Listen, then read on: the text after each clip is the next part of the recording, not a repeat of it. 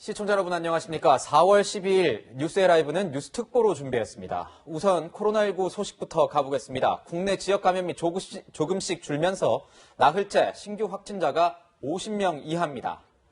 하지만 해외 유입 사례는 계속되고 있는데요. 어제 추가로 나온 확진자 4명 중 3명이 해외 유입 사례입니다.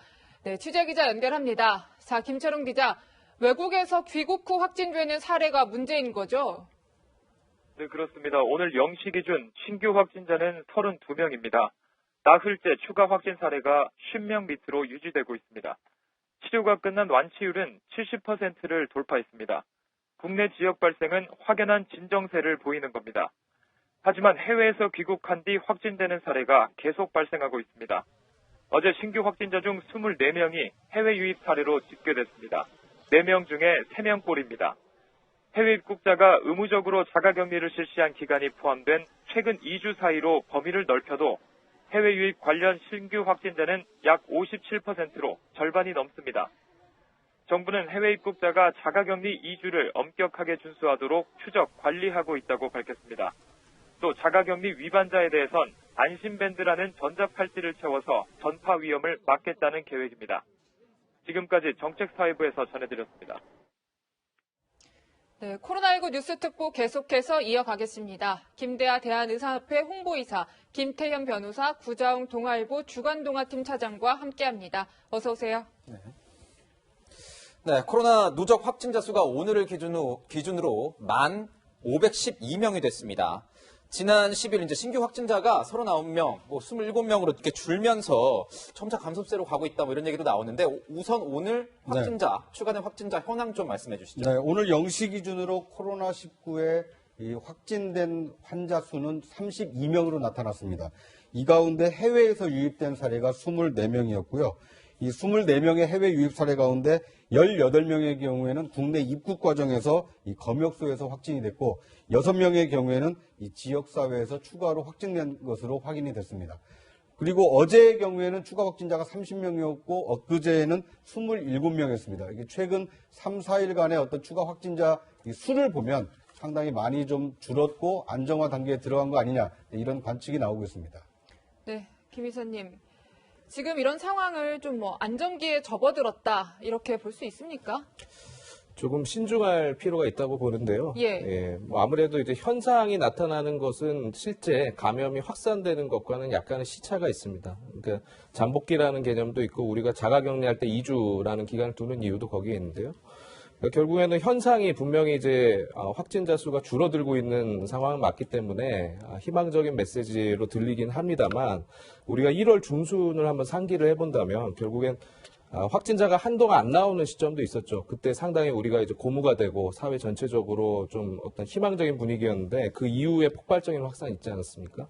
그래서 그때를 좀 상기해 본다면은 결국 감염이 지금 확산되고 있을 가능성, 모든 가능성을 좀 대비해야 되고 좀 신중하게 봐야 될 것 같습니다. 네, 구자웅 처장 이제 보면은 아직은 좀 조심해야 된다 이렇게 말씀하시는 것 같은데, 그 문재인 대통령 이렇게 정부 같은 경우에는 감소세에 좀 약간 낙관적인 입장인 것 같아요. 그렇습니다. 지난 9일에 문 대통령께서 이렇게 페이스북에 올린 글을 보면 부활절과 총선을 잘 넘기면 이제 생활 방역으로 전환할 수도 있겠다라는 다소 이렇게 희망 섞인 메시지를 내기도 했습니다. 오늘이 마침 이 부활절인데요. 이 전국에 있는 교회 가운데 상당히 많은 수가 이 사회적 거리두기를 실천하기 위해서 이 가정 예배를 보고 있습니다. 그만큼 전 국민적인 어떤 사회적 그 거리두기 동참이 이런 확진자 감소세에 크게 기여한 거 아니냐 이런 평가를 할 수 있을 것 같고요. 이제 문제는 총선 이후에 이 16일부터는 이제 온라인 개학을 시작으로 이 전국 그 초, 중, 고등학교가 이제 일제히 개학에 들어가지 않습니까? 이제 일상생활로 복귀를 했을 때 사회적 거리두기를 그만뒀을 때도 과연 확진자가 이렇게 안정세를 유지할 수 있겠느냐 이것이 관건이 될 것으로 보입니다. 네. 자, 이런 가운데 오늘 이제 기독교 최대 행사인 부활절입니다. 이제 부활절이니만큼 이제 현장 예배를 좀 하지 않겠느냐. 일부 교회들은 또 그런 움직임들을 보이고 있어요. 좀 어떻게 보세요? 사실은 현장 예배가 좀 위험하긴 한데, 사실은 부활절 같은 경우에 기독교의 이제 가장 큰 행사이기 때문에 예전이나 일반적으로 있던 주일 예배랑 좀 상황이 다른 건 아니겠어요? 그래서 지금 글쎄 모르겠습니다. 교회마다 조금 상황이 다른데. 현장 예배하는 경우에도 예를 들어서 뭐 신도들 중에서 뭐 이제 보면 교회에도 좀 직책을 가지고 있는 신도들이 있으니까 네. 그분들만 불러다가 이렇게 좀 하는 데들도 있는 것 같고 아니면 온라인 예배만으로 진행하는 데도 있는 것 같고 교회마다 조금 상황이 달라서 뭐 일반적으로 모든 교회가 한다 안 한다 이렇게 말씀드리기는 조금 어려울 것 같긴 해요.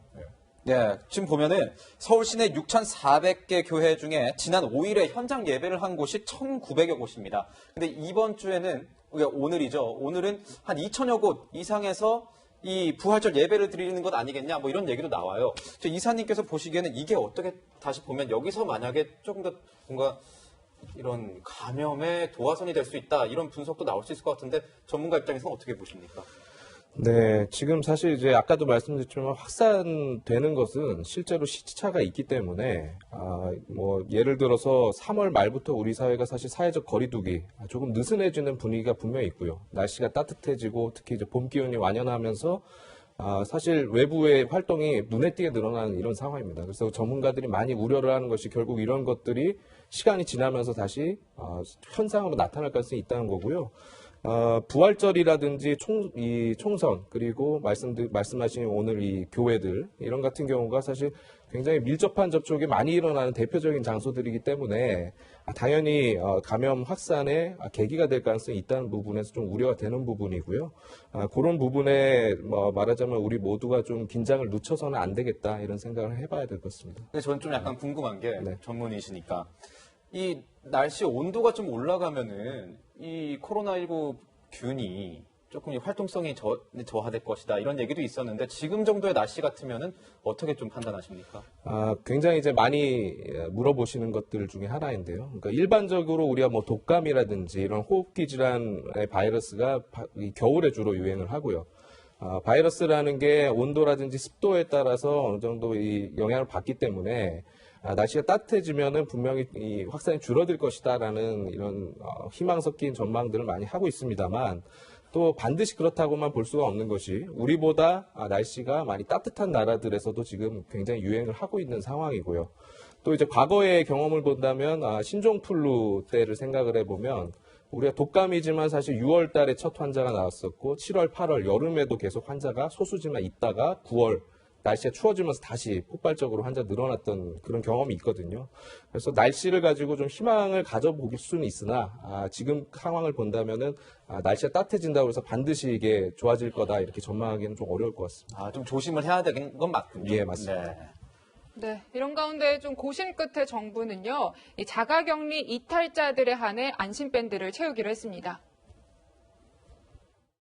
안심밴드는 자가격리 지침 위반자에 한하여 본인의 동의를 받아 적용할 예정이며 블루투스를 통해 휴대폰에 설치된 자가격리 앱과 연계 구동하여 일정 거리를 이탈하거나 밴드를 훼손, 절단 시 전담 관리자에게 자동으로 통보되는 방식으로 운영됩니다.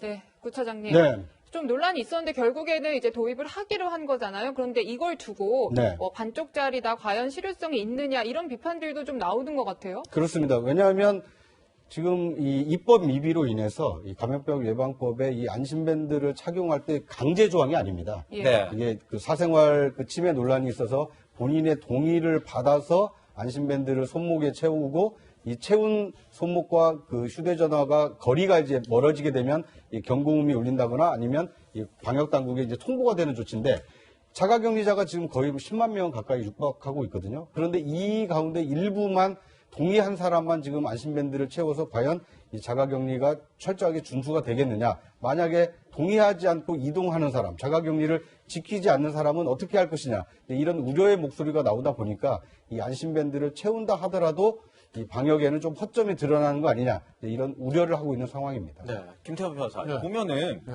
이 안심밴드 이제 위반자에 한해서만 네. 채우는 것 같은데 이렇게 되면은 뭐 위반자라고 하면은 다른 사람들 자가격리 만난다는 거 거죠. 아니겠습니까? 네, 그렇죠. 네. 그럼 이거 소잃고 외양간 고치는 어떤 이런 대책이 될 수도 있는 것 근데 같아요. 뭐 소잃고 외양간고치 그렇게 보면 맞는데 이게 강제할 수 없기 때문에 그래요. 그러니까 자가밴드라는 게 이제 일종의 물리적 강제력이잖아요.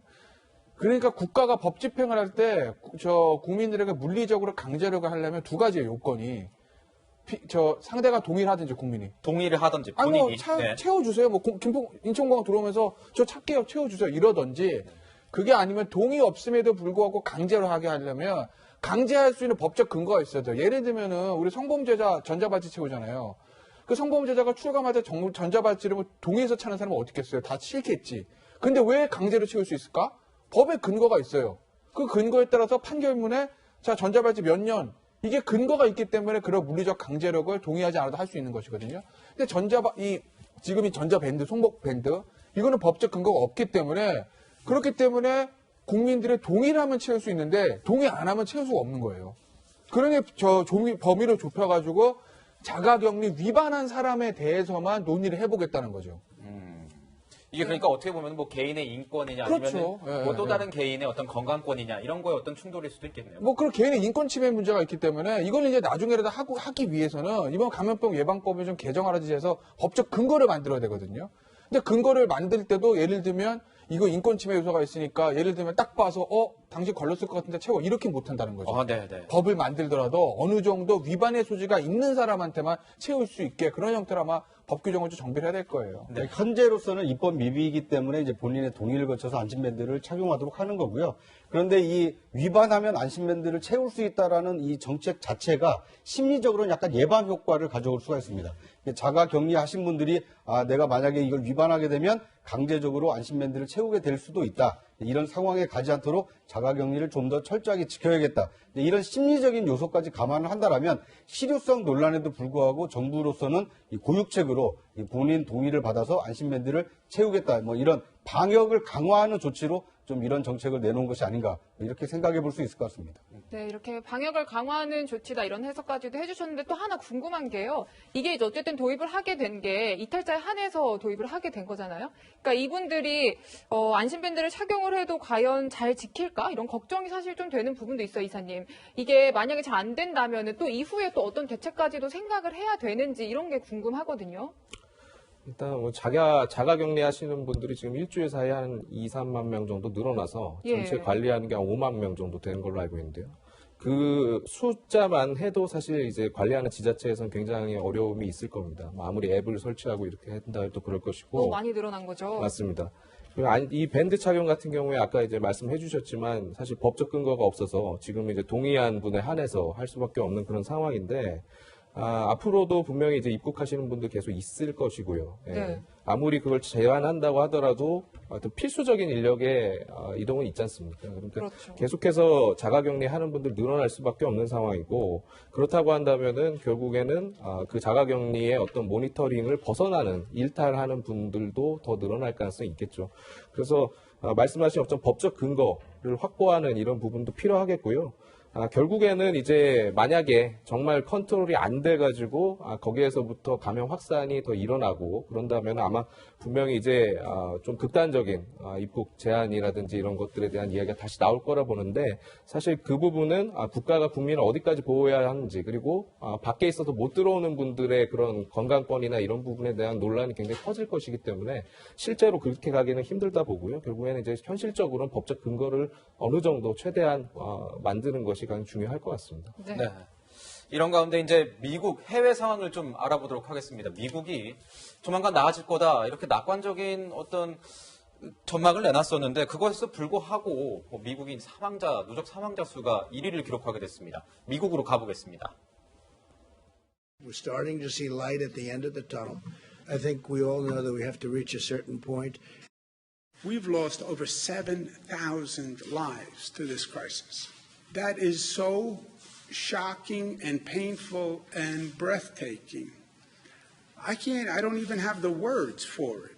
9/11 was so devastating, so tragic. And then, in many ways, we lose so many more New Yorkers to this silent killer. 네, 뉴욕 주지사는 침묵의 살인자라고까지 표현을 했습니다. 저 구차장님. 네. 미국 상황이 굉장히 심각한 것 같아요. 뭐 앞으로 더 이제 늘어날까 이런 궁금증도 좀 생기는데 어떻게 보세요? 네, 지금 전 세계에서 코로나19로 사망한 이 사망자 수가 10만 명이 좀 넘습니다. 10만 5,974명인데요. 이 가운데 20%가 넘는 2만 135명이 미국에서 사망한 환자들입니다. 네. 그러니까 그만큼 미국의 이 코로나19 확산 사태가 굉장히 좀 심각하다라는 걸 보여주고 있고요. 그래도 누적 사망자로 보면 미국이 세계 1위를 기록하고 있고요. 뿐만 아니라 이 환자 수만 해도 지금 52만 999명으로 지금 집계가 되고 있습니다. 그러니까 전 세계에서 확진한 이 5명 가운데 1명이 사망을 했고 전체 확진 환자 중에 5명 가운데 1명이 지금 미국에서 나오고 있기 때문에 그만큼 미국의 코로나 사태가 걷잡을 수 없이 계속 확산세에 있다 이렇게 볼 수 있을 것 같습니다. 전문가 입장에서 보실 때 이 미국 상황은 어떻습니까? 앞으로 더 안 좋아질 수도 있는 겁니까? 아무래도 이제 우리 관련된 뉴스를 보면 가장 많이 나오는 곳이 뉴욕인 것 같습니다. 네. 뉴욕 주지사께서 인터뷰한 것도 굉장히 많이 나오고 뉴욕이라는 도시가 말 그대로 세계에서 가장 번화하고 가장 세계적인 도시인 거죠.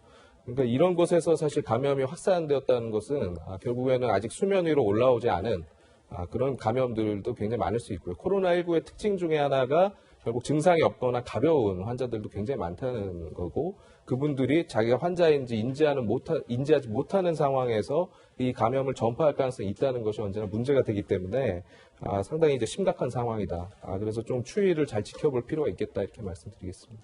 네, 추이를 잘 지켜볼 필요가 있다 이런 말씀 주셨는데요. 지금 보면은 미국 상황이 계속 안 좋으니까 이제 시신 외딴 섬에 매장하는 좀 충격적인 사건도 있었던 거죠. 저희가 준비한 영상이 또 있죠. 네, 지금 보시면 저 섬에, 그러니까 미국 워낙 넓으니까 저는 좀 외딴 무인도 같은 것도 꽤 많지 않겠습니까? 하트섬, 뉴욕의 하트섬인가 봐요. 좀 보시면은 시신 처리가 지금 거의 뭐 전쟁 때 시신 막 이렇게 묻듯이 저렇게 묻는 거 아니겠어요? 그러니까 시신이 사실은 다 장사를 지내고, 장례를 지내고, 원래 이제 유족들이 이제 원하는 그런 데다가 처리를 해야 되는데, 지금 보시면은 섬에다가 지금 섬 하나를 거의 무인도를 파서 거기다 그냥 그냥 매장을 하는 거잖아요. 그러니까 저게 감염병 환자고, 일단은. 그러니까 이제 시신을 통해서 또 번지는 그런 것도 좀 막아야 되는 부분들도 있고. 너무 안타깝습니다. 방역적으로. 그리고 워낙 지금 많기 때문에 어떻게 제대로 저 유족들의 의견을 다 받아가지고 그냥 자연사한 사람들처럼 처리를 할 수가 없는 거예요. 뉴욕주 입장에서 보면. 그래서 저렇게 어떻게 보면 조금 비인간적으로 보일 수도 있는 저런 형상들이 벌어지고 있는 거죠. 그만큼 지금 미국에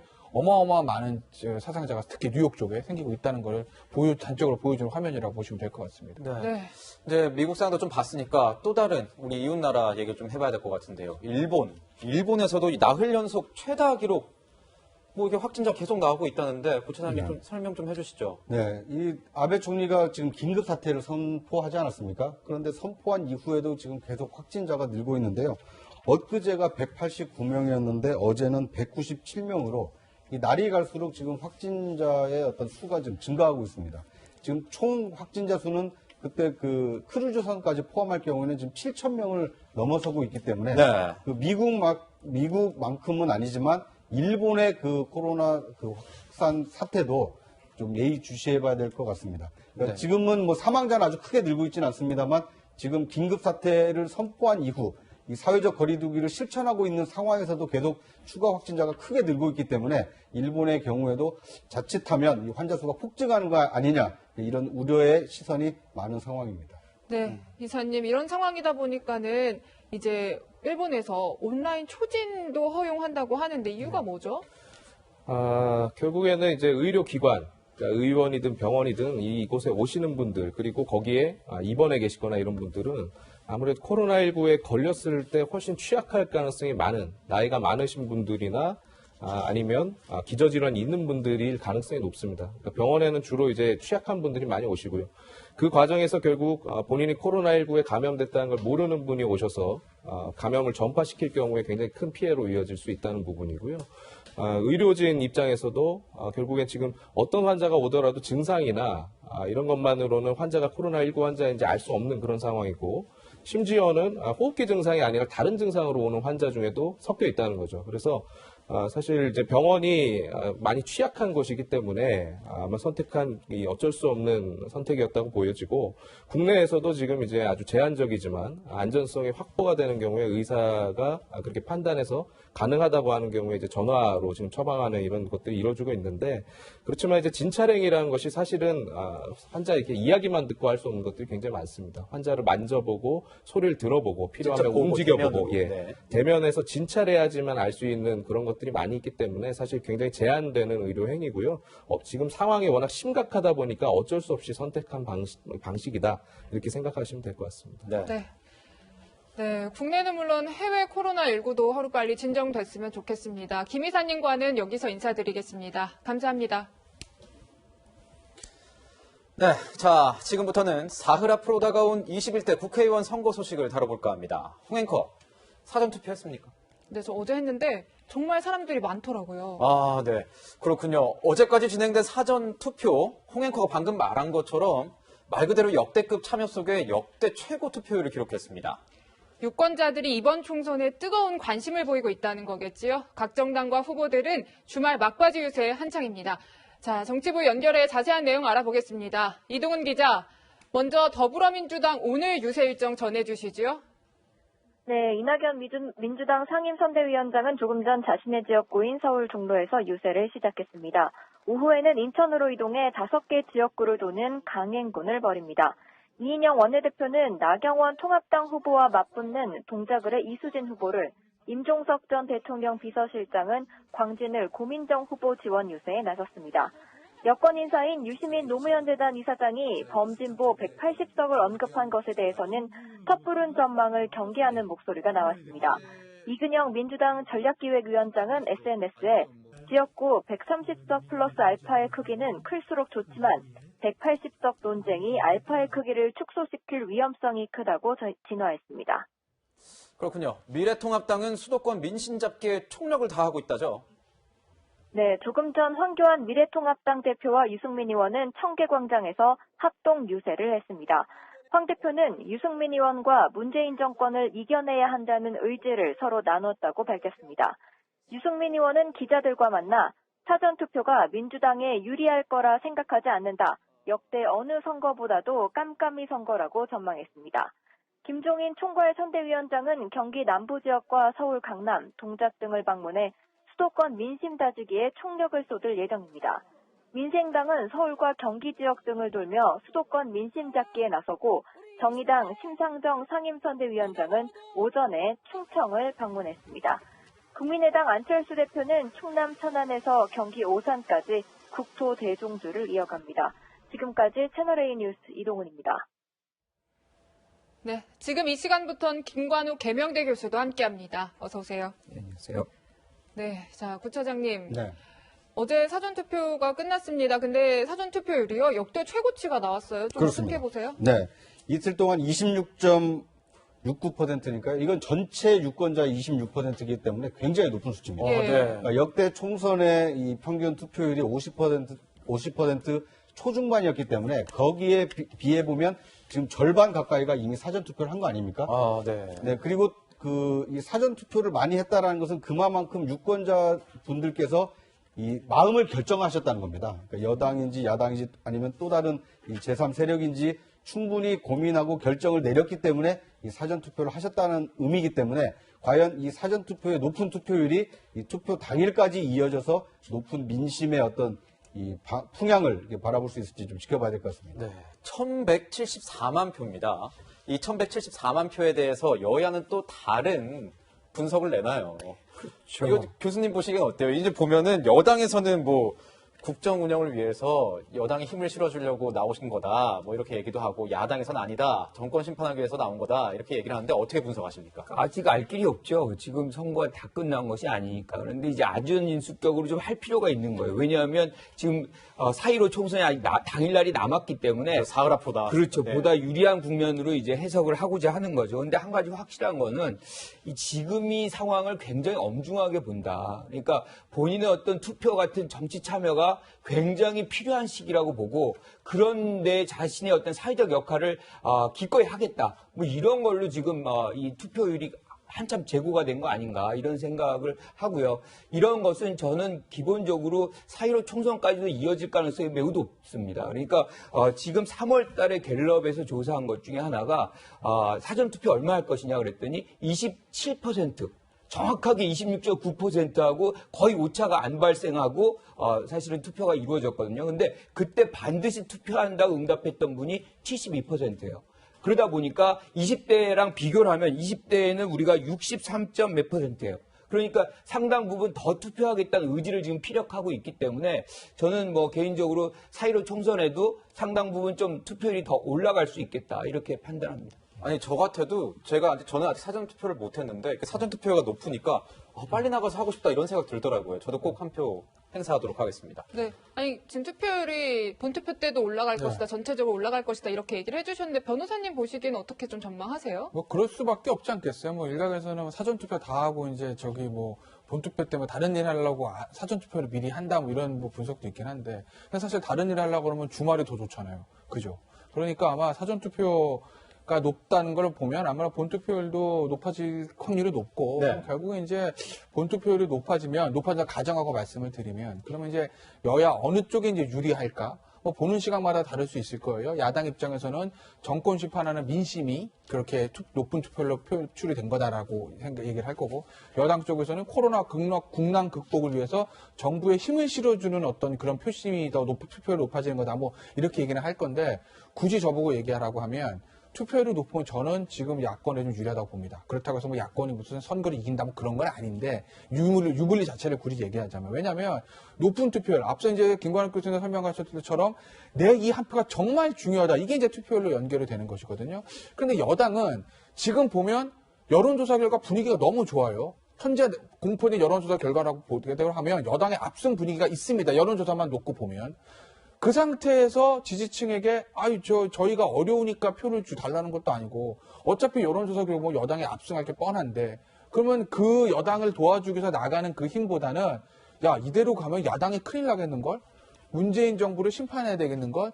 그래서 나가려고 하는 보수의 표심이 조금 더 높지 않겠냐, 야당의 표심이. 그래서 투표율 높은 것 자체는 아마 야당이 좀 더 유리할 것 같은데 그렇다고 해서 뭐 선거가 야당이 승리한다 이렇게 단정적으로 말 수 있는 건 아니고요. 네, 지금 야당이 좀 앞설 것 같다 뭐 이런 얘기도 하셨어요. 이건 본인 추측이지만 구자원 차장도 반대 의견도 있을 것 같고 한번 말씀해 주시죠. 그러니까 뭐 개인적으로 뭐 유불리를 이제 전망하고 분석할 수는 있겠습니다만 저는 이번에 사전 투표율이 이렇게 높았던 것은 대한민국 주권자이자 유권자인 대한민국 국민들의 어떤 민심이 상당히 좀 이 선거에 대한 관심이 높다라는 것을 보여주는 한 사례라고 보입니다. 왜냐하면 이번 사전투표 때 그리고 본투표도 마찬가지입니다만 코로나 감염 위험을 막으면서까지 불편을 감수하고 투표를 해야 되거든요. 저는 이제 어제 그 사전투표장에 가서 투표를 했는데 입장하는 것부터 상당히 좀 절차가 까다롭습니다. 이 발열 체크를 해야 되고요. 발열 체크 끝나면 손 소독을 하고 그다음에 비닐 장갑을 끼고 투표용지를 받아서 기표를 하고 그 봉투에 넣어야 되는 상당히 좀 복잡한 과정이지만 이런 불편함 얼마든지 감수하겠다. 왜냐? 4년에 한 번 찾아온 앞으로 대한민국 4년의 운명을 결정지을 중요한 선거다라는 인식이 있었기 때문에 그렇게 많은 국민들이 이 코로나 이 감염 예방을 위한 불편에도 불구하고 좀 나오신 것을 보기 때문에 저는 이번 선거 결과야말로 정말 국민들의 뜻을 높이 정치권이 받들어야 되지 않을까 하는 생각이 듭니다. 뭐 유불리는 이제 역대 선거를 좀 비추어서 보면은요, 이번에도 뭐 역대 선거와 마찬가지일지는 모르겠습니다만, 지난 2017년 대통령 선거 때 사전투표율이 가장 높았습니다. 당시 사전투표율이 26.06%로 26%를 간 넘겼었거든요. 그런데 이번 총선에서는 26.69%로 0.6%가 더 높아졌다는 것은 지난 대선에 나타난 표심만큼이나 이번 총선에서도 누군가 내 의사를 분명히 정치권에 전달하겠다라는 국민이 좀 많았다 이렇게 볼 수 있을 것 같습니다. 네, 여러 가지 해석해 주셨는데 여야의 셈법도 치열합니다. 이런 와중에 여권에서는요. 180석까지도 가능할 수도 있다. 이런 분석 나왔거든요. 먼저 들어보시지요. 통합당은 선거가 어려울 때 보여주는 행동 양식이 있어요. 뭔지 아시죠? 다른 어떤 방법도 없어졌을 때 그분들이 하는 행동 양식이 길바닥에 엎드리는 거거든요. 전체적으로는 선거 판세가 민주당의 압승 분위기로 지금 흐르고 있습니다. 저는 범여권이 180을 해야 된다고 봐요. 범진보가 180석을 넘기고 제일 좋지 않나? 희망사항입니다만. 자, 이런 분석에 대해서 야권에서는 바로 비판의 목소리 나왔습니다. 자, 교수님. 네. 박형준 위원장이 섬뜩하다 이런 이야기까지도 했어요? 그렇죠. 180석이 이제 달성이 되면 사실상 우리가 얘기하는 선진화법이 무력화되거든요. 그러니까 독자적으로 법들을 다 이제 개정할 수 있는 그런 힘들이 주어지기 때문에 거기에 대한 우려인데 사실 그럴 가능성은 그렇게 높지 않습니다. 그렇게 높게 안 보시는군요. 지금 네. 유시민 이사장이 그렇게 얘기를 하니까 이걸 받아서 더 이렇게 부풀려서 일종의 이제 견제 심리를 이렇게 자극하려고 하는 그런 박형준 위원장의 속내가 그 안에 있는 것 같은데요. 우리가 2016년으로 돌아가면 사실 그 당시에 새누리당이 150석이다, 180석, 심지어는 200석까지 간다고 얘기했어요. 그런데 122석으로 2당으로 전락하는 경험이 있습니다. 그래서 마지막까지 유권자들은 주려고 하는 유권자들이 신중한데 왜 그 받아야만 하는 그 정당들이 이렇게 먼저 희망 섞인 전망들을 내놓는지 유권자들 좀 답답하죠.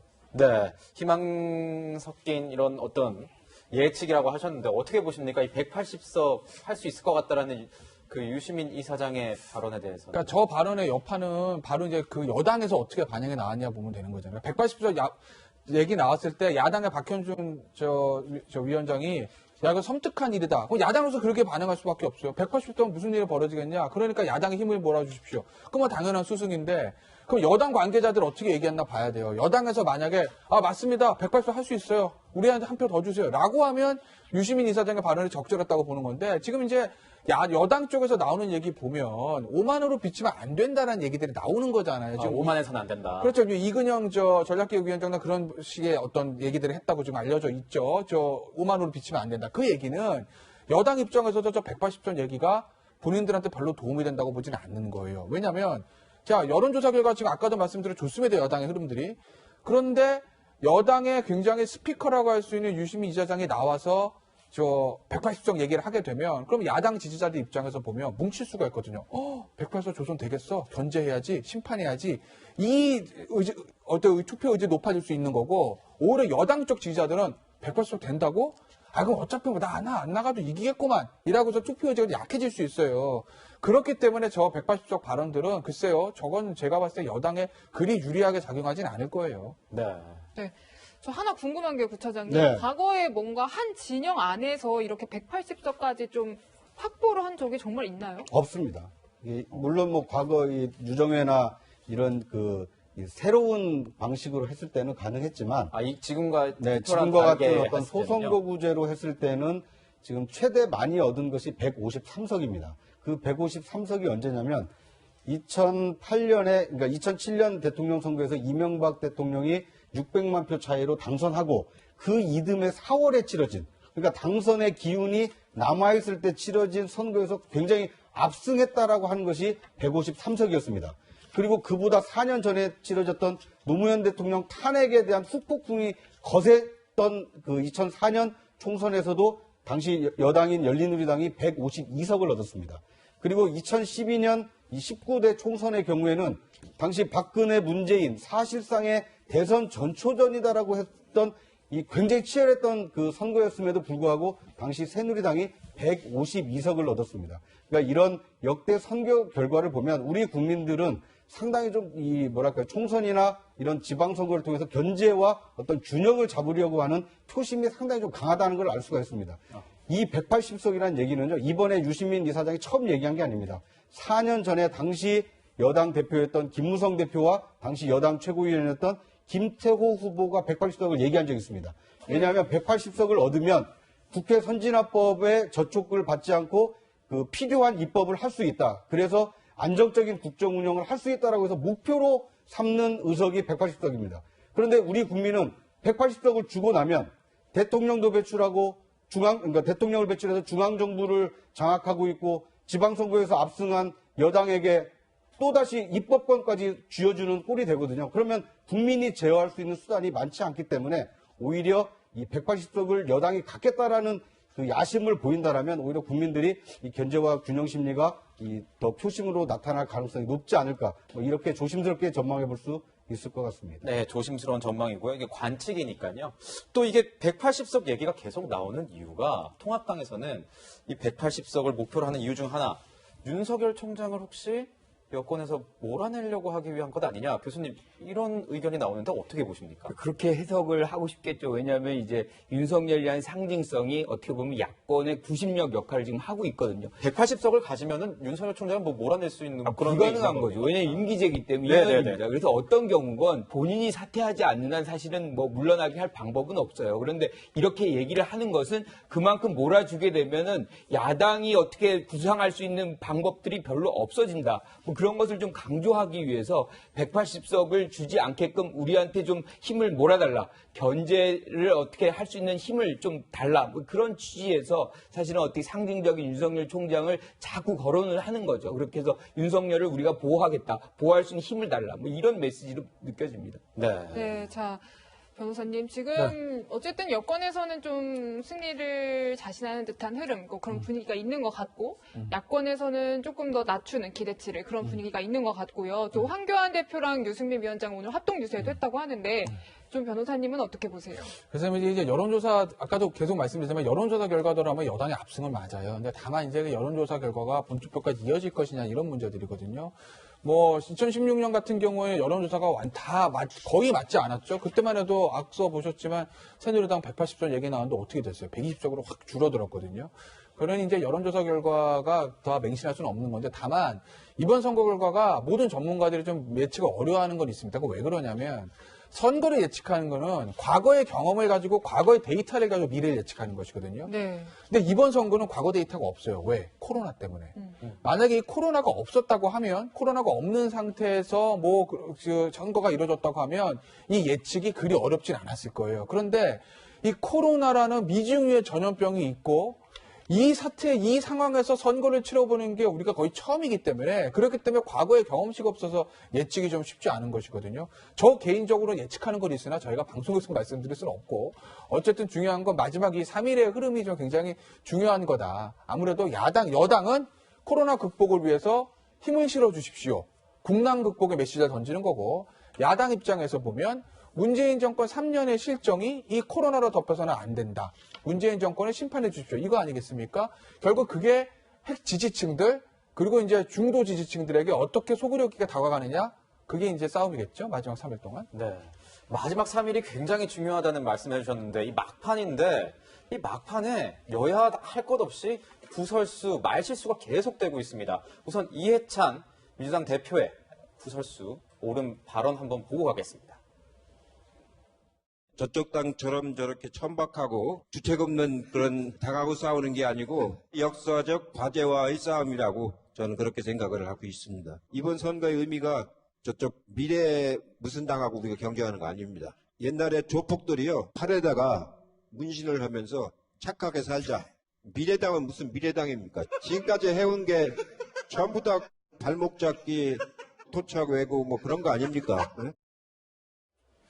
네, 지금 이해찬 대표가 지금 한 발언인데 교수님 어떻게 보십니까? 예전에 이해찬 대표가 뭐 지금뿐만이 아니라 뭐 부산에 대해서도 개발이 좀 안 됐다라는 이런 표현을 하기도 했고요. 그렇죠.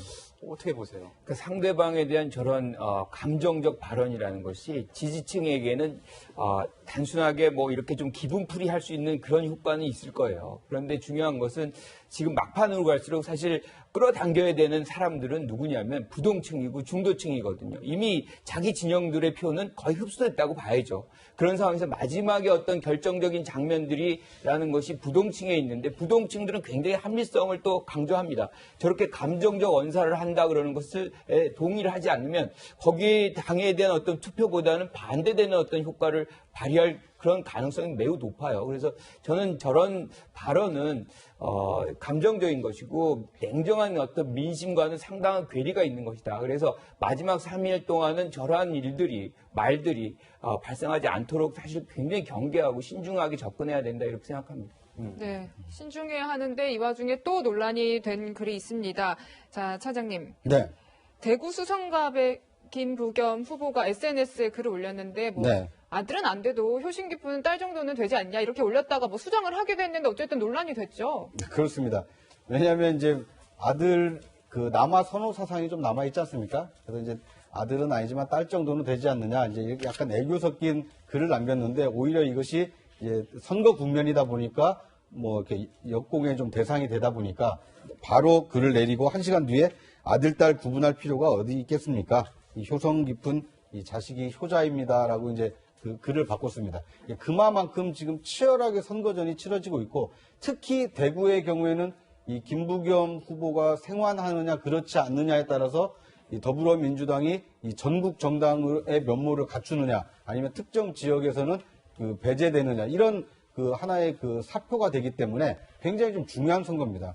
그 중요한 선거의 선봉장 역할을 하고 있는 이 김부겸 후보이기 때문에 이 단어 하나하나에도 상당히 좀 논란이 되고 있는 것으로 보입니다. 네, 지금 유권자들이 굉장히 이 단어 하나하나에도 굉장히 민감하게 반응하고 있다는 의미겠죠. 이렇게 그 후보자들 입장에서도 이렇게 생각하고 있다는 것.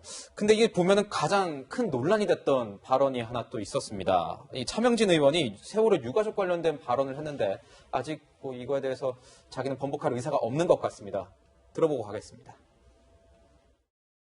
저는 이로 인해서 어떠한 불이익을 받더라도 대한민국 자유민주주의를 지키고 신장하는 길에 그 걸림돌인 세월호 의상화와 온몸을 던져서 제가 죽을 때까지 싸우겠습니다. 그 의지를 제가 밝혔습니다. 제 성명서 보셨죠? 예, 저는 하늘을 우러러 한 점 부끄러움이 없습니다. 네, 지금 보면은 차 후보는 제명을 하지 않고 탈당 권유라는 결정을 내렸습니다. 통합당에서. 김태현 변호사. 네.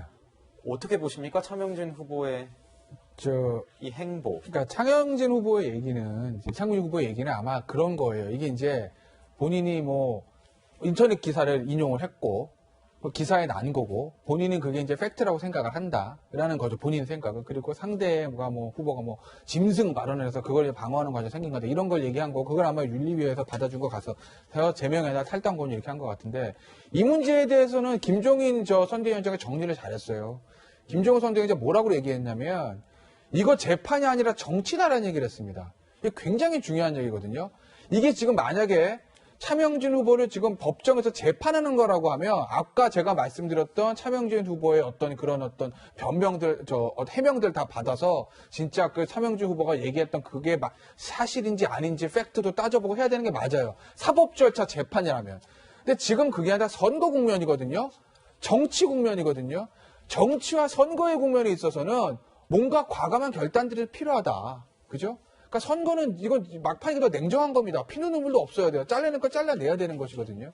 그렇기 때문에 아마 좀 더 과감한 조치, 그러니까 김대우 후보 제명했던 것처럼 제명까지 가는 과감한 조치가 있어야 그래야 조금 그 여파를 좀 막을 수가 있는 거예요. 왜냐하면 당 입장에서 보면 지역구 후보들이 다니면서 사고 치는 걸 어떻게 예방할 수가 없어. 어떻게 예방합니까? 문제는 사고가 터졌을 때 그걸 얼마나 재빠르게 수습하느냐 이거거든요.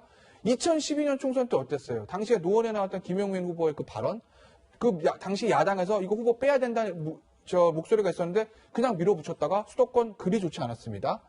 똑같은 거죠. 김대우 후보 같은 경우에는 과감하게 정리를 재빠르게 잘했다는 거거든요. 그런데 왜 차명진 후보에 대해서는 그 정도의 과감성을 보여주지 못했느냐? 이걸 아마 김종인 위원장의 지적을 하는 거고 선거가 며칠 남지 않았기 때문에 저는 김종인 위원장의 지적이 맞다고 봅니다. 네. 좀 하나 더 좀 시끌시끌했던 게요. 이진복 본부장이 N번방 발언을 두고도 논란이 됐었습니다. 자, 차장님. 네. 김종인 위원장은 그 발언, 그런 움직임에 대해서 제발 입 좀 다물라. 이런 얘기까지도 했어요. 그렇습니다. 처음 들어보시는 그 시청자분들도 있을지 모르겠는데요. 지난 그 주말을 앞두고 이 야당에서 N번방과 관련된 뭔가 중대한 폭로가 있을 것이다. 이런 발표가 있을 것이다라는 예고가 자꾸 이 정치권을 중심으로 나왔었습니다. 그리고 그 논란이 이제 그 확산이 되다 보니까 이 미래통합당의 대변인이 그것을 이제 확인해주는 얘기를 한 적이 있습니다. 특정 후보의 아들은 아니다 이런 식으로 확인을 해서 별일 없이 지나갔는데 네. 그런데 뭔가가 이제 예고되고 있다라고 하니까 많은 사람들의 어떤 눈과 귀가 쏠려 있지 않았겠습니까?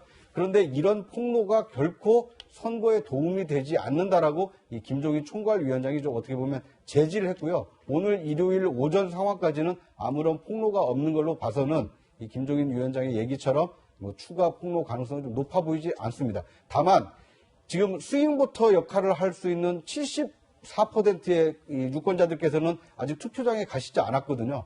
이 3일 동안 누가 어떤 얘기를 통해서 이 표심을 잡느냐에 따라서 이 당락이 크게 엇갈리기 때문에 이 총괄 선거를 총괄 지휘하고 있는 김종인 위원장은 입조심을 하고 이게 자제를 시키고 있는데 반해서 현장에서 뛰고 있는 후보들은 조금이라도 이 튀는 발언을 해서 지지율을 끌어올리려는 이 마음이 좀 충돌하고 있는 상황이 아닌가 싶습니다. 네, 김 교수님께서는 어떻게 보십니까? 김종인 위원장이 선거를 많이 치러봤잖아요. 경험이 많고 저런 네거티브 전략이라는 것이 사실 그렇게 유효하지 않다는 것을 잘 알고 있는 거예요. 우리가 2007년대 대선으로 가보면 이명박 후보 다스가 누구 거냐, 뭐 그게 사실은 굉장히 이제 많은 얘기가 나왔고 그런 네거티브 전략이 뭐 유효할 거라고 생각했지만 사실 거의 들어먹히지 않았거든요. 요번에도 뭐 N번방 운운하지만 아주 정확한 물적 증거 없이 저렇게 연기만 피운다는 것은 어떻게 보면 역풍을 맞을 가능성이 훨씬 크거든요. 그거를 아마 경계하는 그런 어떤 경륜 있는 선거 경험자가 한 말이다 이렇게 생각을 합니다. 네. 이제 실제 총선 판단을 좀 가보겠습니다. 채널A가 전국 지역구 253곳 전체 판세를 모두 분석했습니다. 이미 진행된 여론조사 결과는 공개가 가능합니다. 지금까지 공개된 여론조사를 기본으로 하고 조사가 없는 지역은 각 당의 자체 판세를 참조해 살펴봤습니다. 여론조사는 후보 등록일 이후부터 지난 8일까지 진행된 가장 최근 조사를 기준으로 오차 범위 내 지역은 경합으로 분류했습니다. 각 당의 자체 판세는 이견이 있는 곳은 경합으로 분류했습니다. 여론조사와 오늘 각 당 판세 분석을 토대로 한 만큼 15일 실제 선거 결과는 다를 수 있습니다. 이번 분석에 사용된 여론조사는 140여 개로 중앙선거 여론조사 심의위원회 사이트 등에서 확인할 수 있습니다. 자, 오늘 여기 자리하신 패널분들께 다시 한번 말씀드리면 방송 중에는 준비되지 않은 여론조사는 언급하시면 안 된다는 말씀드리겠습니다. 네. 자, 여야 공휘 최대 승부처로 꼽는 곳은 수도권입니다. 121곳 달려있죠. 자, 김태현 변호사님. 네. 어떻게 보십니까? 121곳의 이 최대 승부처 누구에게 손을 들어줄까요? 그러니까 아까도 말씀드린 여론조사 결과로 하면은 승부는 난 거예요. 여론조사 결과 그대로 간다고 하면 결국 이제 그 여론조사가 의회가 상관없이 그 숨은 표심들, 그러니까 보수 진영 입장에서 보면 샤이보스라고 하는 사람들이 얼마나 이제 투표장에 나와서 투표를 하느냐 그런 것들 아니겠어요. 어쨌든 수도권이 최대 승부처긴 하고 전통적으로 수도권은 지금 여권 민주당 계열이 항상 이겨왔습니다. 물론 예외는 한 번 있었죠. 2008년 선거에서 이명박 대통령 당선되고 나서 취임하고 나서 2개월 있다, 2달 있다 치러진 총선에서는 당시 이제 한나라당이죠. 한나라당입니다. 여당이 이제 압승을 했는데 그것 제외하고는 기본적으로 지금 민주당 계열한테 수도권은 유리합니다. 인구 구성으로 봐도 호남 유권자들도 이제 수도권에 많이 사시고 그리고 워낙 이제 좀 젊은 진보적인 유권자들이 많기 때문에 그런 측면들이 있어요. 그런데 그럼에도 불구하고 그런 점들을 감안한다 하더라도 2016년 총선에서는 사실은 당시에 여당인 새누리당이 너무 많이 크게 졌거든요. 그러니까 크게 졌다는 얘기들은 기존에 이길 수 있었던, 이겨왔던 예를 들어서 강남벨트 중에 일부 분당 용인벨트라고 하는 이 보수 진영의 어떤 텃밭과 같은 지역에서 굉장히 이제 의석이 많이 빠져나갔어요.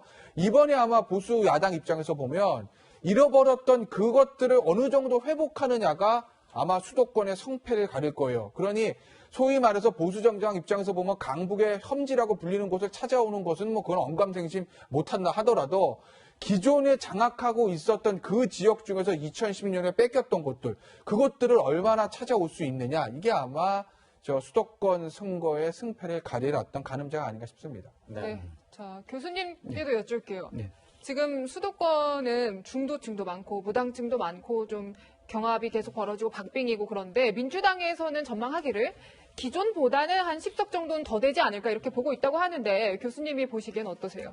그것도 이제 저는 희망 섞인 뭐 전망이다 이렇게 봅니다. 지금 말씀하신 대로 부동층이 굉장히 많은 데가 이 수도권이거든요. 그리고 마지막까지 이 누가 어떻게 실수를 안 하느냐 그리고 비전 얼마나 잘 보이느냐 그런 부분에서 고심과 고심을 거듭하는 지역이 이 수도권이거든요. 그래서 굉장히 예단을 하면 안 되는 것이고 또 한 가지가 뭐냐면 여기 초경합 지역들이 굉장히 많습니다. 그러니까 서울만 해도 뭐 상당수가 있고요. 경기 뭐 이런 부분에도 그런 지역들이 많기 때문에 이렇게 조급하게 뭐 몇 석을 우리가 달성할 수 있다 이렇게 얘기하는 것은 아까 김태현 변호사도 말씀하셨지만 사실은 지지층을 투표장으로 끌어내는데 오히려 부정적인 어떤 효과를 작용할 수 있어요. 그러니까 지금 어떻게 하면 끝까지 도와달라. 당신의 투표가 나에게 우리 당에게 결정적인 승리를 안겨줄 것이라는 일종의 투표의 효능감을 극대화시켜주는 장면들이 여기서 벌어져야지 우리는 뭐 거의 다 많은 의석을 지금 예상하고 있습니다라고 하면 이게 선거 투표장 가는 것도 사실 어떻게 보면 비용이거든요. 그 비용 지불을 안 하려고 합니다. 그러니까 그런 부분에서 굉장히 신중하게 접근을 해야 되겠다 이렇게 생각합니다. 네, 저도 이제 여권 관계자한테 이제 들은 얘기인데 여권 관계자가 얘기하고는 수도권 쉽지 않은 선거라는 이유가 이 여론조사는 뭐 계속 차이가 날 수 있지만 진짜 실제 투표장에 들어가면 접전이라는 거예요. 그날은. 그렇습니다. 뭐 그런 얘기를 하더라고요. 네. 그래서 이제 좀 살펴봐야 될 게 종로구 얘기를 좀 해볼까 합니다. 네. 이 스포트라이트를 가장 많이 받는 지역일 수밖에 없는 게 후보들 때문에 그런 것 일단 같아요. 뭐 차기 대선 전초전이기 때문에 이제 가장 뜨거울 수밖에 없고요. 그에 앞서서 채널A가 분석한 그 수도권 판세 분석 있지 않습니까? 상당히 좀 유의미하게 의미를 담아서 보시면 좀 재밌는 전망이 되지 않을까 싶습니다. 이 더불어민주당이 65석이 앞설 것으로 예상을 했고 미래통합당은 10석, 정의당은 1석, 경합이 45석으로 분류를 했거든요. 그런데 이제 이 경합을 정확히 반절로 나눠서 더불어민주당과 미래통합당으로 하면 이 지난 총선 결과랑 상당히 유사합니다. 그런데 지난 총선대로 이제 치러질 것이냐 아니면 그것과 달라질 것이냐를 판단하는 지표 가운데 하나가 뭐냐면 지난 총선에는 국민의당이 이 캐스팅 보트 역할을 했습니다. 스윙 보트 역할을 했습니다. 그래서 박근혜도 싫고 문재인도 싫다라고 하는 이 후보, 유권자들이 모여서 국민의당 후보에게 약 10에서 한 20% 득표를 안겨줌으로써 여야 승패가 갈렸거든요. 그런데 그때 국민의당을 지지했던 표심이 과연 이번 총선에는 어디로 향할 거냐? 문재인 대통령 또는 여당 지지로 돌아설 것이냐? 아니면 정권 심판론으로 갈 것이냐? 이거에 따라서 여야의 어떤 그 득실이 크게 달라지기 때문에 이 수도권 판세는 이 과거 2016년 총선 결과를 이 반추해서 보시면 좀 전망이 가능하지 않을까 싶습니다. 그리고 종로의 경우에는 지금까지 나온 여론조사로 보면 이낙연 후보가 상당히 좀 압도적으로 앞서 있는 것으로 지금 나타나 있습니다. 그런데 한 가지 또 참고해 보셔야 될 지표가 지난 2016년 종로 선거입니다. 당시에도 투표가 시작되기 전까지 공개된 마지막 여론조사에서도 당시에 오세훈 후보와 정세균 후보가 맞붙었는데 정세균 후보가 이긴다는 선거는 뭐 한두 개밖에 없었고 대부분 오세훈 후보가 10% 이상, 두 자릿수 이상 앞설 것이라는 전망이 많았습니다. 그런데 막상 투표함을 열어서 개표를 해보니까 정반대의 결과가 나왔습니다. 그러니까 여론조사라는 것은 유권자가 100명이면 100명이 다 투표장에 가는 것을 가정해서 나타내는 민심의 하나의 지표인 것입니다. 그에 반해서 이 투표라는 것은 투표장에 가신 분들을 모집단 100으로 해서 그분들이 누구에게 한 표라도 더 줬느냐에 따라서 당락이 갈리기 때문에 선거 여론조사가 곧 선거 결과와 같을 수는 없다. 과연 어떤 성향의 유권자가 더 많이 투표장에 가서 한 표를 행사했느냐에 따라서 이 유불리가 달라진다는 점을 감안하고 보시면 좋을 것 같다는 생각이 듭니다. 네. 자, 이번에는 충청 지역 좀 짚어보겠습니다. 기존 선거에서도 정말 마음을 알 수 없는 그런 지역이다 이런 평이 있었고요. 19대 총선 또 20대 총선에서도 비슷비슷하게 여야가 팽팽했던 곳입니다. 자, 이번 선거에서도 그래서 궁금한 지역이 되는 거죠. 이번에는 뭐 충청 대방론 이런 거 이어갈 만한 나온 후보가 없다 이런 얘기들도 나오는데 어떻게 보세요? 그러니까 충청 지역 원래 표심 예측가 제일 힘들어요. 이제 항상 스윙부터 역할을 했었고 충청 지역이 항상 애초에 예측과는 좀 다르다는 거 아니겠어요? 그런데 이제 그런 건 있어요. 그러니까 예전에는 충청 지역에 나름대로 충청 대망로로 꿈꾸시는 후보들이 좀 있었는데 이번에 사실은 충청 지역 후보들을 보면 뭐 본인들한테 굉장히 죄송한 말씀이지만 여야 후보들 중에서 과연 다음 대선이나 다다음 대선에 충청 대망론을 펼 수 있는 그런 어떤 후보들이 그리 많지는 않거든요. 아마 이제 그런 부분들도 아마 유권자들의 표심에 좀 어느 정도 작용을 하지 않을까 싶네요. 네. 이게 보면은 충청에서도 이제 뭐 대전에서도 이제 중구 관련된 이 승패에 대해서 굉장히 주목이 되고 있습니다. 김 교수님 보면 여기가 황운하 후보하고 지금 보면은 이은권 후보죠. 보면은 어제 이 김기현 전 울산시장이 여기에 와서 그렇죠. 유세를 했다고 하더라고요. 지원 유세를 했는데 이 어떻게 보십니까? 그러니까 울산에 하명 수사 의혹이 있었잖아요. 거기에 이제 논란의 당사자가 황운하 후보이기 때문에 이 부분에 대해서 이제 저격을 일종의 이제 콜앤컷 저격을 하러 이제 온 거죠. 그런데 이것이 저격하면은 그 효과가 그 방향대로 나와줘야 되는데 저는 이거는 전략 미스라고 봐요. 그러니까 타 지역의 후보가 와서 뭐 이 지역에서의 어떤 후보를 응원하거나 지지하거나 뭐 그거는 그렇게 나쁘게 작용을 안 할 텐데 와가지고 한 후보를 굉장히 이제 저격을 하게 되면 그 지역민들이 오히려 반발 심리가 발생할 수 있거든요. 그래서 왜 남의 지역의 후보가 여기 와가지고 오히려 우리 지역의 후보를 공격을 하느냐. 이게 뭐 맞고 그르고에 떠나서 유권자들의 감정을 자극할 수 있다는 부분에서는 저는 좋은 전략이 아니었다 이렇게 판단합니다. 김태현 변호사는 어떻게 보십니까? 이게 보면은 김기현 전 울산시장이 지금 부산, 울산, 경남 선거대책위원장이기 때문에 민주당에서 방금 말씀하신 것처럼 뜬금포 박니다 뭐 이렇게 비판을 하고 있는 것 같은데. 저거는 아마 통합당 차원에서 보면 단순히 황운하 후보 떨어뜨리고 말고 하는 그게 아니라 전거 큰 판을 보는 거죠. 왜냐하면 사실은 이번에 코로나 사태가 없었다고 하면 그러면 선거의 이슈들이 다 뛰어올랐다고 하면 야당 입장에서 보면 이 울산시장 선거 개입 의혹 사건 이것도 굉장히 큰 선거 쟁점이 될 뻔했거든요. 근데 지금 코로나 사태 때문에 워낙 이슈들이 다 가려져 있어서 그나마 야당에서 끌고 나가는 건 지금 경제 이슈. 그다음에 워낙 열린민주당 쪽에서 조국 얘기가 나오니 조국 대 윤석열 이 구도지 울산시장 선거구의 의혹 사건은 크게 주목을 받지 못하고 있어요. 중요한 사건임에도 불구하고. 그러니 김기현 후보가 울산에서 대전까지 가서 이 얘기를 꺼내는 데는 단순히 황운하 후보에 대한 저격 이걸 떠나서 이 문제들을 조금 부각시켜서 큰 이슈를 좀 만들고 싶은 아마 통합당의 큰 차원에서 아마 전략 중의 일환이었다. 저는 그렇게 봅니다. 네, 자. 이번에는 대구 경북 지역 좀 보겠습니다. 전통적인 보수터파시죠. 미래통합당 초강세 지역으로 분류되는데, 자, 구차장님. 네.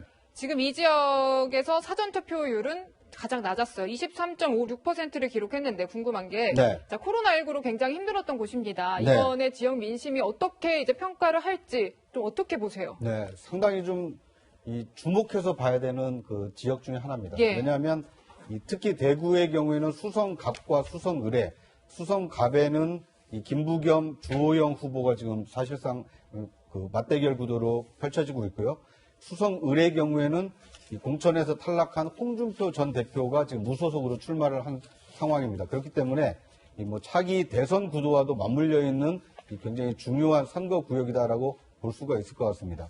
그런데 이제 사전 투표율은 낮았지만 본 투표율도 과연 낮을까? 그건 저는 좀 의구심을 갖습니다. 왜냐하면 지난 2017년 대선 때에도 사전 투표율이 대구가 가장 낮았습니다. 그런데 실제 본 투표율은 오히려 좀 높아졌습니다. 네. 그만큼 아직 마음의 결정을 하고 있지 않다. 끝까지 고심에 고심을 거듭해서 소중한 한 표를 어디에 행사할 것인지 그 대구 경북 유권자들이 좀 고민하고 있다. 이렇게 분석을 하는 것이 좀 맞을 것 같고요.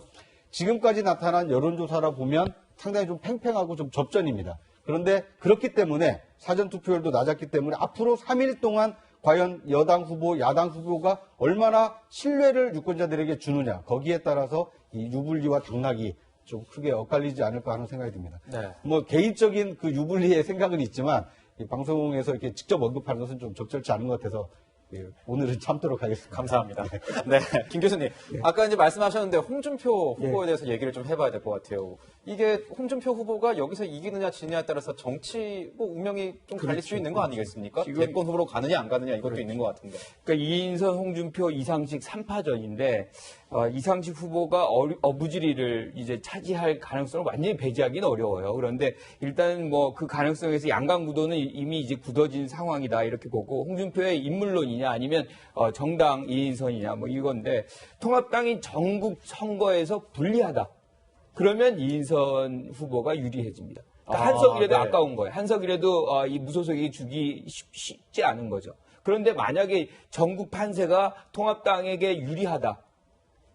그러면 반대로 홍준표 한 의석 줘도 상관없다 이거죠. 그리고 이제 그 상징성이 있고 나중에 이제 총선 이후에 어떤 대선 국면에서 뭔가 이 차기 잠재적 후보군으로 이제 편입시킬 수 있는 것이기 때문에 이런 차원에서 뭔가 전반적으로 우세하다 그러면 홍준표 후보가 유리할 국면도 있다. 그리고 또 한 가지 연동되는 게 뭐냐면 황 대표죠. 황교안 대표가 위상이 어떻게 되느냐. 그러니까 지금 어떻게 보면 통합당의 가장 문제는 잠재적 대선 후보군이 굉장히 부족하다는 겁니다. 그런 선상에서 홍준표를 완전히 버릴 것이냐는 선택을 수성-을 유권자들이 해야 되는데 굉장히 고민이 깊을 거라고 생각을 합니다. 확실히 대구에 있는 이 계명대 정치외교학과 교수시기 때문에 굉장히 상황을 정확하게 잘 분석을 해주신 것 같습니다. 네. 제가 아까 아껴뒀던 말 중에 하나를 해주셨는데요.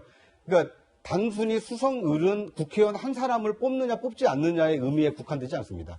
차기 대선 구도와 맞물려 있기 때문에 굉장히 대구 특히 수성 이 국민들의 어떤 고심이 좀 깊어지고 있고 이 고심의 결과가 이번 총선 당락으로 나타날 것이기 때문에 가장 예민하게 주목해봐야 될 선거구가 대구 수성갑과 대구 수성을이 아닐까 하는 생각이 듭니다. 네. 네. 자, 부산, 경남, 낙동강 벨트도 좀 주목을 해봐야겠습니다. 저번 총선에서는요, 민주당이 20석 가운데 8석을 차지하면서 돌풍을 일으켰는데요. 자, 변호사님, 이번에는 어떨까요? 원래 사실은 여당 쪽에서도 부산 선거가 지난만큼 좋지는 않을 거란 예측이 있었어요. 워낙 이제 부산에서도 경제 문제들도 불거지고, 지난번에 부산 쪽에서 5석을 가져왔거든요. 그런데 지금 보시면 민주당에서도 한 2석 정도가 우세로 이제 분석이 돼 있지 않습니까? 예. 그 정도로 기본적으로 부산이 예전만큼, 지난 16년 총선만큼 민주당에게 호락호락하지는 않을 거예요. 그래서 아마 미래통합당은 저 PK 지역을 완전히 탈환하려고 하는 거고, 왜냐하면 이 PK 지역은요, 단순히 총선 문제가 아니라 다음 대선에 있어서도 제일 중요한 데가 PK거든요. 왜 그렇죠? 왜냐하면 보수 진영 입장에서 봤을 때 지난번 탄핵 이후에 대선은 예외로 하더라도 보수 진영에도 대선을 몇 번 졌습니까? 이회창 후보가 2번 졌죠. 그 2번의 사례들을 보시면 다 부산이 흔들렸습니다. 그러니까 처음에 김대중 후보한테 지금 98년에 졌을 때는 이인재 후보가 나온 후와 부산표가 많이 가져갔어요. 2002년 대선 때는 어쨌든 2002년 대선 때는 당시에 노무현 후보가 부산 출신이잖아요. 부산 표가 많이 갔습니다. 부산에서 표가 빠진 만큼 전국에서 빠지면서 보수정당에서는 대선을 패배했거든요. 그 정도로 보수정당에 있어서는 대선에 있어서 가장 중요한 PK다. 그걸 다 알아요. 그걸 다 알기 때문에 문재인 대통령도 이번에 당선된 이후에 부산 찾아서 제일 처음에 한 얘기가 부산이 야도로서의 모습을 되찾겠다는 얘기를 한 건 아니겠습니까? 부산은 영원히 이제 민주당 쪽에 묶어두겠다는 거죠. 그래서 아마 이번 총선이 양측에는 굉장히 중요한 부분이고 PK 지역이요. 분석을 해보면.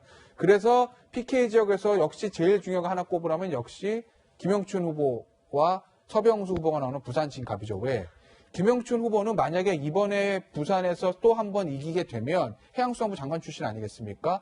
어차피 선거는 애초에 보수정당을 시작했던 사람이에요. 그렇기 때문에 부산 출신이라는 걸 감안해 봤을 때 또 한 명의 여권의 잠룡이 될 수 있습니다. 그래서 아마 여권에서도 이거 중요한 거고 그걸 알기 때문에 야당에서도 부산시장을 시켰던 서병수 후보를 매치업을 시킨 거죠. 그런데 역시 이 부산 진갑의 승자는 누가 될 거냐는 무소속에 나오는 정근 후보가 표를 어느 정도 가져갈 거냐 아마 여기에 딸려 있을 거예요. 지난번에도 그랬거든요. 네, 그렇군요. 김 교수님께서는 어떻게 보십니까? 방금도 말씀해 주셨는데 전 장관과 전 시장의 그 간판들의 대결이에요. 그렇죠. 그리고 지금 부산 선대위원장들이에요. 그러니까, 두 분 다, 예. 지금 이 지역에 국한되는 것이 아니라 여기에 승세가 이 전역에 이제 파급 효과가 발생하는 것이기 때문에 이 선거 지역이 굉장히 이제 주목을 많이 받는 거죠. 그런데 저는 정근 후보 변수가 그렇게 크지 않다. 그러니까 이제 문제가 되는 거는 두 분의 즉 우리가 얘기한 김영춘, 서병수 후보의 격차가 사실상 진근 후보의 지금의 현재 지지율보다 작아요. 그러니까 이 정근 후보가 어디로 가느냐가 사실은 굉장히 중요한 변수가 될 수 있는데 문제는 이 정근 후보가 19대에도 나와가지고 24점 몇 %, 굉장히 많이 받았습니다. 네, 네. 그러니까 완주하는 것이 굉장히 이제 많이 돼 왔어요. 그러니까 여기서 그만둔다는 것을 우리가 판단하기 어려운 거죠. 그러니까 완주를 한다 그러면 사실상 의미가 약해지는, 즉 양자 구도로 계속 선거가 치러질 가능성이 있다 이렇게 보는 거죠. 네. 그러니까 이제 물론 여론조사와 실제 투표는 다릅니다만 지금까지 공개된 부산 진갑의 여론조사를 보면 과거 역대 선거에서 정근 후보가 얻었던 득표율에 비해서 여론조사에서 상당히 좀 적게 나왔습니다. 네. 그런 점을 감안해 보면 이 사표 방지 심리가 이 표심에 작용할 가능성이 좀 높다. 왜냐하면 이 후보를 밀었을 때 당선 가능성이 있을 때는 끝까지 그 표심을 유지해 갈 수 있지만 내가 이 후보를 밀었다가 내가 좋아하는 진영, 내가 좋아하는 후보가 떨어질 수도 있겠구나라는 그 생각이 들면 이 막판에 표심을 바꿀 수도 있기 때문에 아마 이 부산 진갑 역시 투표함을 열고 이 개표 결과가 나올 때까지 굉장히 혼전이 예상되는 지역구 중에 하나입니다. 네. 네. 자, 이번에는 호남, 광주 좀 짚어보겠습니다. 지난 총선에서는 안철수 대표로 내세웠던 국민의당이 정말 돌풍을 일으켰던 곳인데요, 교수님. 네. 이번에는 좀 다른 것 같아요. 집권 여당에 대한 지지, 문심 이런 것들이 좀 주목을 받고 있는 것 같습니다. 그렇죠. 이제 호남을 보면 거의 저녁에 바람이 아주 강하게 민주당 바람이 불고 있어요. 그래서 거기에 우리가 이제 셀럽이라고 하는 많은 이제 유명한 그 정치인들이 있잖아요. 지금 상당한 고전을 하고 있고 이런 이유는 뭐 지금 선거가 딱 진영 대 진영의 대결 구도가 아주 강력하게 작동을 하고 그 영역이 지역을 떠나서 비례대표 영역까지도 지금 확산돼 있기 때문에 이 영역에서는 지금 인물보다는 정당 투표가 아주 호남의 어떤 유권자들의 표심의 가장 중요한 기준이 될 수밖에 없다 이렇게 생각을 합니다. 네, 여기서 살펴봐야 될 게 호남 정치의 1번지로 불리는 곳이 있죠. 네. 이 목포. 이 목포에서 혈투가 벌어지고 있는데 박지원 의원, 정치구단이라는 얘기가 나오는 박지원 의원, 그리고 새얼굴 김원희 후보, 그리고 정의당 윤소아 원내대표까지. 저 3파전이 세 사람 다 만만한 사람들이 아니에요. 네. 그러니까 민주당 후보 같은 경우는 워낙 지금 호남에서 대통령의 인기와 민주당 지지율이 높습니다. 그러니 아마 민주당의 후보 당연히 표 많이 나는 거. 박지원 의원이 누굽니까? 어떻게 보면은 호남 정치의 지금 상징과 같은 사람이거든요. 전국적 지명도를 가지고 있는 사람이에요. 그렇죠. 정의당 윤소아 의원 같은 경우에도 정의당 원내대표를 하면서 워낙 이제 대중적으로 노출이 많이 돼서 나름의 어떤 전국적인 지명도를 가지고 있는 사람들이기 때문에 그렇기 때문에 저 세 사람의 경쟁이 이제 어떻게 될까라는 것이 자금 좀 관심거리긴 하죠. 더군다나 여기서 만약에 민생당 박지원 의원이 당선되냐 안 되냐 이 문제는 결국 민생당이 총선 이후에 독자 생존이 가능할 것이냐 아니면 더불어민주당이 흡수될 것이냐 하는 중요한 어떤 그 갈림길을 엿볼 수 있는 포인트인 거죠. 만약에 민생당의 박지원 의원이 살아나면 어느 정도 여기서 민생당은 독자 생존을 하려고 하겠지만 만약에 호남에서 박지원 의원마저 당선이 안 된다라고 하면 민생당은 총선 이후에 어디로 가야 하지? 이 문제에 또 직면할 수밖에 없는 것이거든요. 그래서 핫한 지역이군요. 그렇죠. 네. 그러니까 이게 이 지역의 경우에는 호남의 경우에는 민주당이 압승할 것이냐 아니면 약간의 여지를 남겨둘 것이냐로 이렇게 지금 좁혀지고 있는데요. 지금 그 여론조사상으로 보면 민생당 후보들이 상당히 좀 고전을 하고 있습니다. 그런데 이 여론조사 결과가 표심으로 그대로 이어질지 아니면 선거 막판 그 실제 이 표심에는 좀 다르게 나타날지 좀 지켜볼 필요가 있습니다. 과거 지난 선거에서는 오히려 어떻게 보면 지금 여당에 대한 심판론이 굉장히 강했었거든요. 네. 그래서 국민의당으로 표쏠림이 있었는데 그 와중에도 당시 집권당인 새누리당 후보가 2명이 당선이 됐습니다. 그러니까 그만큼 이 유권자들 사이에서는 견제와 균형 심리가 좀 작동을 하기 때문에 그 지금 보이는 것이 과연 끝까지 표심으로 드러날지 아니면 막판 한두 의석 또는 두세 의석 정도는 좀 견제 심리가 작동할지 좀 끝까지 관심을 갖고 지켜볼 필요가 있어 보입니다. 네. 이번에는 강원도로 좀 가보겠습니다. 강원도. 이 보수 텃밭으로 불리기도 했었습니다. 이제 19대 때 9석 모두 석권했었고, 이제 20대 총선에서 8석 중에 6석. 이제 당시 새누리당이 이제 가지고 갔었는데, 민주당에서는 이번에 오히려 어닝 서프라이즈다. 어닝 서프라이즈 있을 수 있다. 이렇게 기대를 하는 이유가 뭘까요? 그렇게까지 계산을 하면 안 될 것 같은데. 어쨌든, 이광재 후보가 지금 바람을 좀 일으키는 중심에 있지 않습니까?